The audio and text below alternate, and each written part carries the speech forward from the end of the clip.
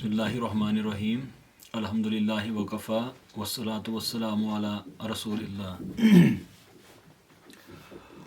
سیرت النبی صلی اللہ علیہ وسلم کے آج کے اس حصے میں ہم ایک اور خاص موضوع پہ بات کرنے والے ہیں۔ وہ یہ ہے کہ جب صحابہ رسول صلی اللہ علیہ وسلم ہجرت کر کے حبشہ چلے گئے اور اس کے بعد جو اس میں پرومیننٹ فیملی سے تعلق رکھتے تھے، پھر ایک اور مسئلہ یہ ہوا کہ وہ جو ایک وہاں پہ ایک سلیو غلاموں کا جو ایک طبقہ تھا اس پہ بہت زیادہ ظلم ہو رہا تھا۔ تو اب یہ جو حضور صلی اللہ علیہ وسلم کے ساتھ وہاں بہت کم اصحاب رہے مکہ میں، اس کے ساتھ ساتھ جو یہ وہاں قریش مکہ تھے، انہوں نے جب وہ ڈپلومیٹک فیلئر ان کا ہوا کہ وہ نجاشی سے یہ نہیں منوا سکے کہ آپ ہمارے لوگوں کو واپس مکہ بھیج دیجیے، تو ان کا ایک بڑا فیلئر تھا۔ اچھا، جب وہ وہاں سے ناکام واپس آئے تو پھر اب انہوں نے اس میں سوچ لیا، ایک بڑا انہوں نے اس پہ کنسنسس بلڈ کرنے کی کوشش کی کہ ہم تمام کو ایک جگہ جمع کر کے یہ اب اس مسئلے کو ہمیشہ کے لیے ختم کر دیں معاذ اللہ۔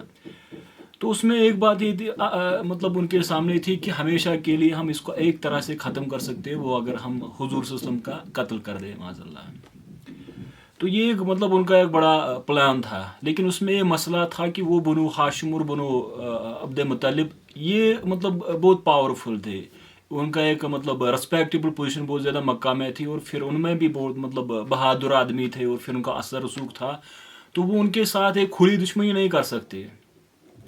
تو ہماری کتابوں میں یہ بات آئی ہے کہ انہوں نے یہ فیصلہ کر دیا ہے کہ ہم جو بنو ہاشم ہے ان کے ساتھ اب ہم ہمیشہ کے لیے سوشل بائیکاٹ کرتے ہیں، سوشل اور اکنامک بائیکاٹ۔ تو اس میں انہوں نے یہ کیا کہ وہاں کی ایک جگہ تھی جہاں پہ انہوں نے اس میں وادی محسب، تو خیب بنی کنانہ میں انہوں نے یہاں انہوں نے اگریمنٹ کیا کہ ایک سوشل اور اکنامک بائیکاٹ ہم بنو ہاشم کے ساتھ کرتے ہیں۔ تو نہ تو ان کے ساتھ کوئی شادی کرے گا، نہ ان کے گھر کوئی جائے گا، اور اسی طرح سے نہ ان کے ساتھ کوئی تجارت کا کاروبار اب نہیں ہوگا ان کے ساتھ۔ تو اس میں تو شاید ارکمانی یا نظر بن حارث نے یا بغیر ابن عمر نے، ان میں سے کسی نے یہ ایگریمنٹ لکھا تھا، اور اس پہ انہوں نے بڑا بلڈ کیا، اور یہ جو بنو ہاشم تھے اس میں ابو لہب انہوں نے ان کا ساتھ دیا، اور تمام قریش اس پہ متفق ہو گئے، اور انہوں نے کعبے کے اندر یہ ایگریمنٹ رکھ دیا تھا، اس پہ 7 کپڑے انہوں نے لگا دیے تھے کہ اب ان کے ساتھ مکمل بائیکاٹ ہوگا، کہ ہم سماجی طور بھی اور معاشی طور بھی ان کو ایک الگ کرتے ہیں مکہ میں، اور پھر ان کے ساتھ جب کوئی رشتہ نہیں کرے گا، جب ان کے گھر کوئی نہیں جائے گا، ان سے تجارت نہیں گا، تو یقیناً وہ اس سے ہٹ جائیں گے، جو ان کے یہاں پیغمبر جو باتیں کرتا ہے، تو پھر وہ اس کا ساتھ چھوڑ دیں گے حضور صلی اللہ علیہ وسلم کا۔ اب کیونکہ یہاں بنو ہاشم میں جو اس وقت لیڈر تھے وہ حضرت ابو طالب تھے، تو کیونکہ وہ بھی بڑے ایک دانشور تھے، دور اندیش آدمی تھے، تو انہوں نے ڈیسائیڈ کر دیا کہ مجھے انہوں نے جمع کیا اپنے جو کلانز تھے بنو ہاشم بنو عبد مطلب، ان کو جمع کیا اور ان کو سمجھایا کہ بات ایسی ہے کہ ایک تو ہو جو میرا بھتیجا ہے اس کی جان کو خطرہ ہے، پھر یہ جو عصبیت کا یہاں پر مسئلہ ہوتا تھا کہ آپ کے خاندان کا جو کوئی آدمی ہے، اگر اس پہ کوئی زیادتی ہوتی ہے تو آپ سب کو اس کے لیے کھڑا ہونا پڑے گا۔ تو انہوں نے وہ ان کو جگہ کعبے سے کوئی زیادہ دور نہیں، اس کو وہاں پہ جو جبل قبیس، تو ہمارے یہاں اس کو شعب، یہ شین کی زیر کے ساتھ بھی آتا ہے اور زبر کے ساتھ بھی، تو شعب بھی یا شعب ابی طالب۔ تو اصل میں اس کو اس وجہ سے کہ جب 2 اونچے پہاڑ ہو اور ان کے بیچ میں جو گاٹھی ہوتی ہے، جس طرح ہمارے یہاں چھوٹی چھوٹی ویلیز ہوتی ہیں، کوئی میدان 2 بڑے پہاڑوں کے درمیان، اس کو شعب عربی میں کہتے ہیں۔ تو کعبے سے کوئی زیادہ دور نہیں تھا، تو وہ اپنے سارے آدمی جمع کر کے اس جگہ ان کو لے گئے کہ اب ہمیں حضور صلی اللہ علیہ وسلم کی جو مدد کرنی ہے وہ ہم اس جگہ۔ تو آپ اس میں 2 بڑی حکمتیں ہو سکتی ہے، ایک تو یہ کہ وہ تمام آدمی جو ان کے خاندان میں تھے سوائے ابو لہب کے ایک ساتھ جمع ہو جائے ایک جگہ، اسی طرح سے جب وہ حضور کے پروٹیکشن کے لیے آ جائے۔ حالانکہ ہمارا تو عقیدہ ہے کہ اللہ تعالیٰ نے آپ کی حفاظت کا ذمہ اپنے اوپر لیا تھا کہ اللہ تعالیٰ آپ کی حفاظت کرے، تو آپ کو کوئی نقصان نہیں پہنچا سکتا تھا، لیکن وہ جو ابو طالب نے ایک مطلب انیشیٹو لیا کہ ہم ایک جگہ جمع ہو جائے اور شعب میں جمع ہو جائے جو ان کو وراثت میں ملی تھی، وہ بنو ہاشم کی تھی. تو پھر وہ اس جگہ، تو ہماری کتابوں میں یہ آیا ہے کہ کوئی 2 یا 3 سال جو مختلف روایت میں اگر آپ اس میں جمع کریں تو 2 یا 3 سال اتنے پیریڈ میں بنو ہاشم اس جگہ رہے. وہ ایک 2 پہاڑوں کے درمیان شعب، جس کو شعب ابو طالب جس کو ہمارے یہاں کہا جاتا ہے. تو ان کے ساتھ مکمل بائیکاٹ ہوا، یعنی نہ تو کوئی سماجی تعلق ان سے بن سکتا تھا، اسی طرح سے نہ ان کے ساتھ کوئی اقتصادی، کوئی معیشی مطلب کاروبار، ٹریڈ وغیرہ جو ہوتا ان کے ساتھ نہیں ہو سکتا تھا. تو اس پہ تمام قریش متفق ہو گئے. تو آپ یہ سمجھے کہ جو روایت میں آتا ہے کہ کبھی ان کے لیے مطلب کوئی ایک گوشت کا ٹکڑا ہوتا تھا، کوئی چمڑا ہوتا تھا، اس سے وہ گزارا. تو پتوں پہ انہوں نے وہاں گزارا کیا، تو بڑا ایک مشکل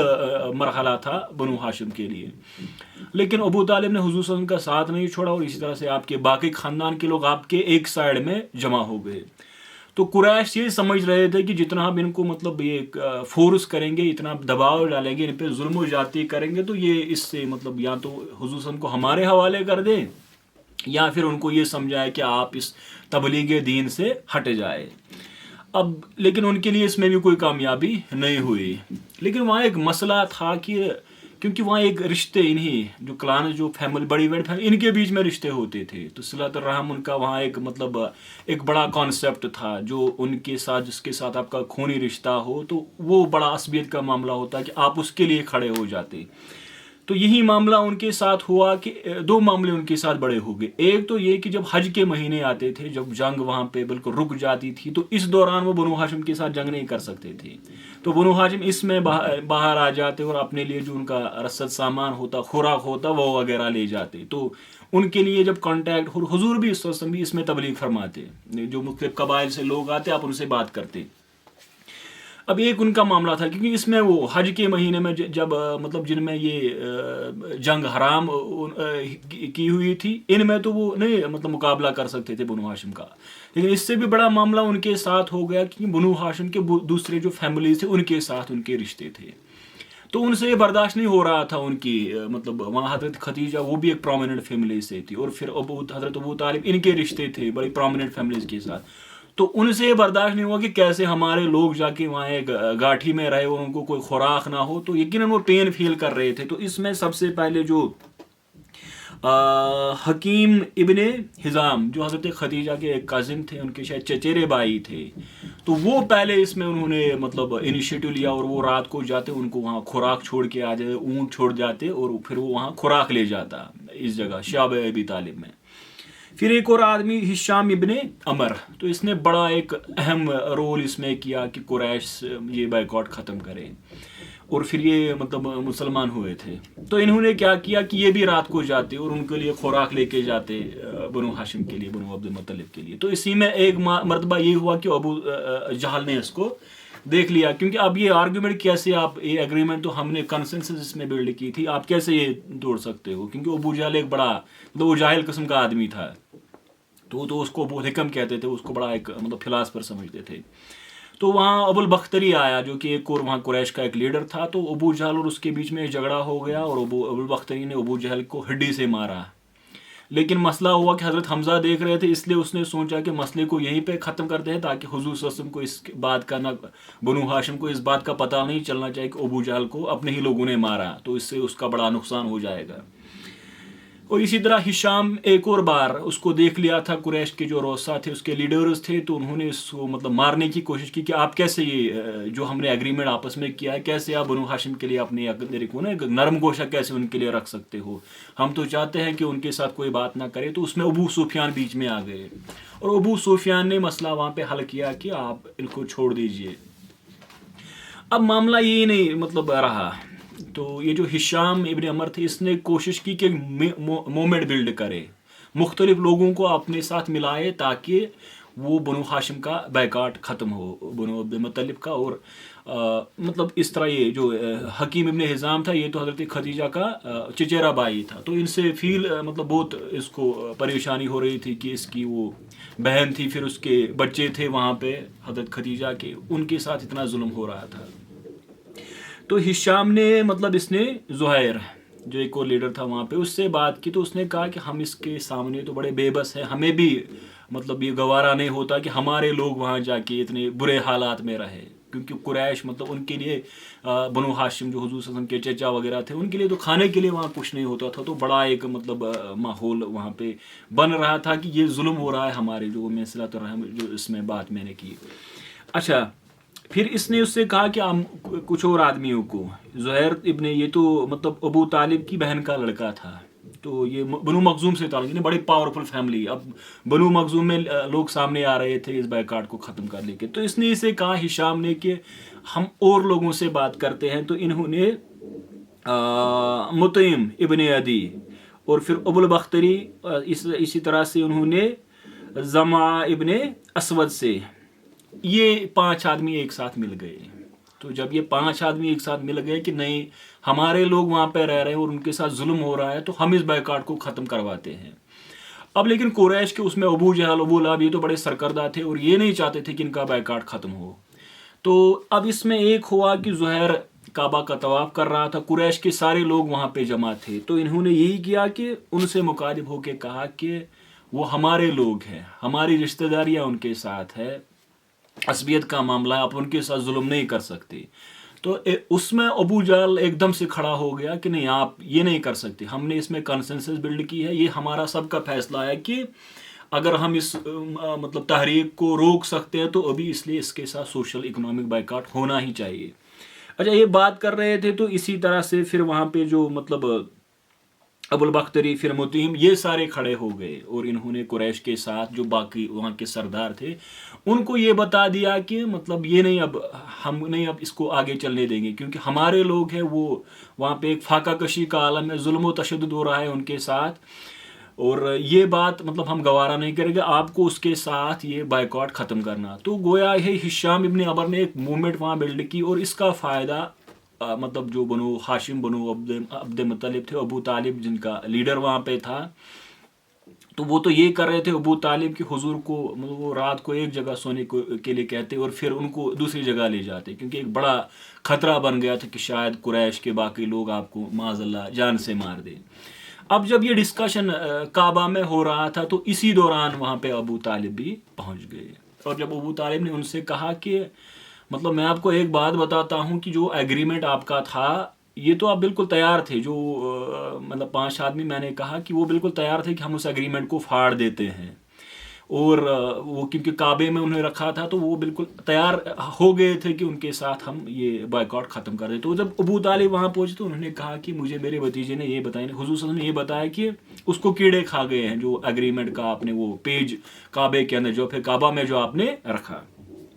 تو انہوں نے کہا کہ میرا بھتیجا مطلب اگر وہ جھوٹ کہتا ہے، انہوں نے مجھ سے یہ کہا ہے، تو میں ان کو آپ کے حوالے کر دیتا ہوں۔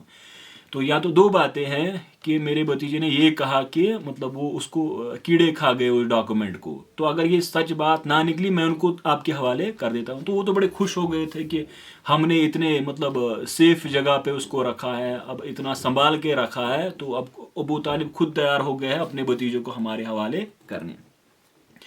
تو مطلب آپ کو جو گیپ پہ اطلاع دی گئی تھی، اور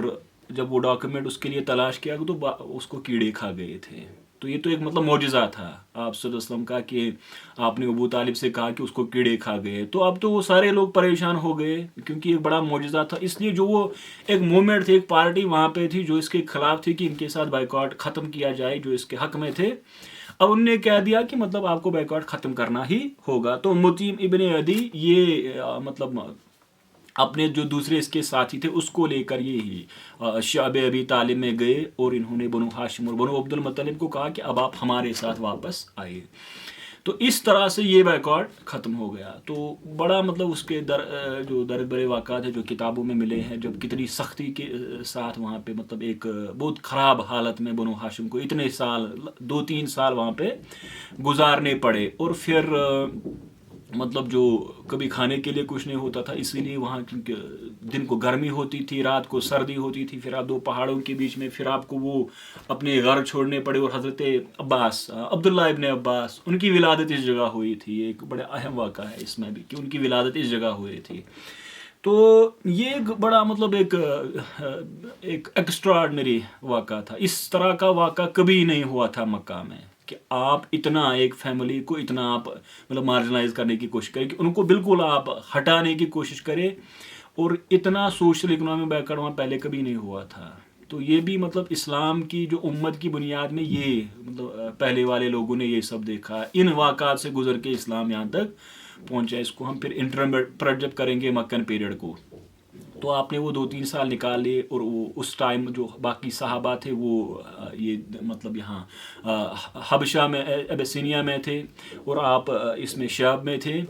اور اس میں ابوبکر صدیق, حضرت عمر فاروق وغیرہ وغیرہ رضوان اللہ تعالی مجمعین وہ مکہ میں تھے. تو پھر بڑے اس میں واقعات ہوئے. قریش نے مذہبی کارڈ کھیلنے کچھ, پھر انہوں نے بڑے معجزات کا آپ سے مطالبہ کیا. انشاءاللہ اگلے پارٹ میں ہم اس پہ بات کریں گے, اور اس کے بعد ہم وہ جو غم کا سال جس کو جو سسٹم کی, پھر جب ابو طالب اور حضرت خدیجۃ الکبریٰ کا جب وصال ہوتا ہے, اس پہ ہم آگے چل کے بات کریں گے. تو آج ہم اس کو اس پہ کنکلوڈ کریں گے کہ شیب ابی طالب کا 2-3 سال کا جو پیریڈ تھا اس میں وہ